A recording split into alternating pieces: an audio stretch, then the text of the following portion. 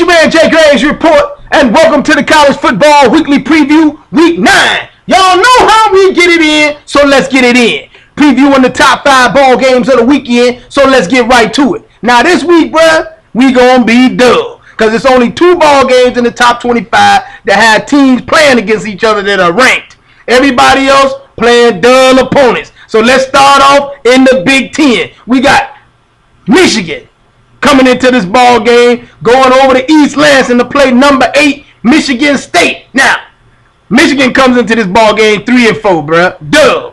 They coming in as a 17-point underdog in a rivalry that they have controlled the entire existence of the rivalry. This rivalry started in 1898. These boys are 68, 33, and 5 against Michigan State, but they've lost 5 out of the last 6 against these duds because old Doug Brady Hope about to lose his job. I'm telling you, they may as well go ahead and bag the U-Haul up at the crib because the for sale signs are already on the front, bruh. I'm telling you, anytime you got a quarterback that you can talk into wearing number 98, you know it's Doug.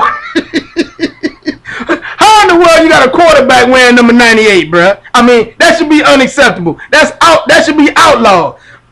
D'Antonio and company get ready to beat the brakes off these boys because they still got a chance to play in the Final Four. So they trying to go to work on Michigan. They not even, hey, nobody's going to take the starters out if they up 45 points. They going to beat the brakes off of the Michigan Wolverine this weekend. Let's move on to the next ball game. Now, we got number 1, Mississippi State, going down to Lexington to play the Kentucky Wildcats. Now, when you look at this on paper, most people will say, well, they playing Kentucky.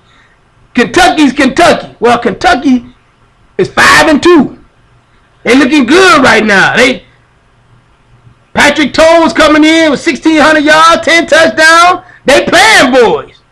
But they still Kentucky, bro. This ain't basketball season. This is football season. Even though Mississippi State is normally dub, they rank number 1 in the country, coming off of a bye. Dan Mullen got these boys rolling. They come off of wins. They beat LSU, beat the brakes off of Texas A&M, and beat Auburn already.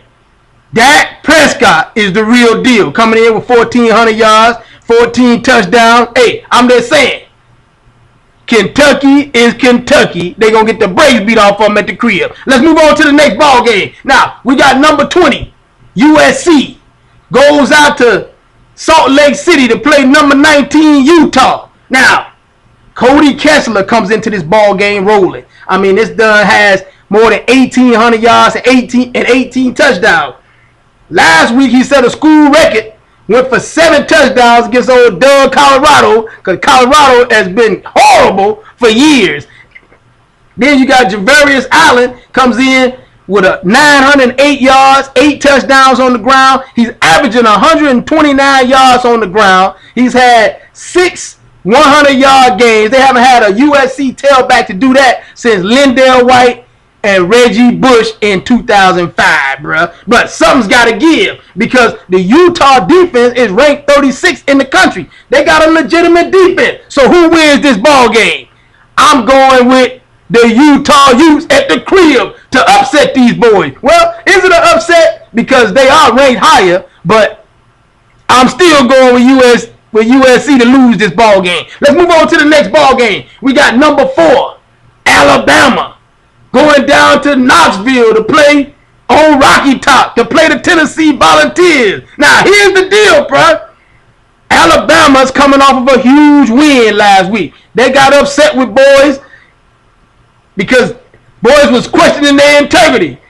Old Doug Nick Saban got upset with boys and sent his boys out there, and they went to work on Texas A&M 59-0. They put 298 yards on the ground after they had only been able to get 66 yards on the ground against old Doug, Arkansas a week before that. So now, the reason I bring that up is Tennessee was Doug giving up 180 yards on the ground to Ole Miss last week. So in their 3 losses, they've given up more to ranked opponents. They've given up more than 615 yards on the ground with an average of 4.6 yards a carry against non-ranked opponents 3.3 yards per carry. Reason I say that is because T.J. Yeldon and Derrick Henry about to go to work on these boys. If they can't stop the run, they in trouble. So they may as well go ahead and get old that hound dog out and have Smokey chasing boys around, because that defense they have is dull. Let's move on to the next ball game. I got Alabama beating the brakes off these boys. Now, we got number 3, Ole Miss, going down to Death Valley to play number 24, LSU, at night. Now, here's the deal. Ole Miss is the real deal. They coming into the game statistically, they look like the bomb. They only giving up 10 points a game. They got 15 interceptions, which leads the country. Tied in leading the country. Then that 10 points that they giving up is number 1 in the country. They got 4 defensive touchdowns. They've only given up 6 defensive touchdowns. They the real deal. The last time Mississippi came into a ball game with a higher ranking than LSU, they beat them in 1999. I'm just saying. But let's keep it real. Ole Miss is Ole Miss. At some point, the shoe is going to drop, and on Saturday night, the shoe is about to fall off, turn into a pumpkin. Because here's the deal. In week 9, like I keep telling you, the game of football is all about attrition.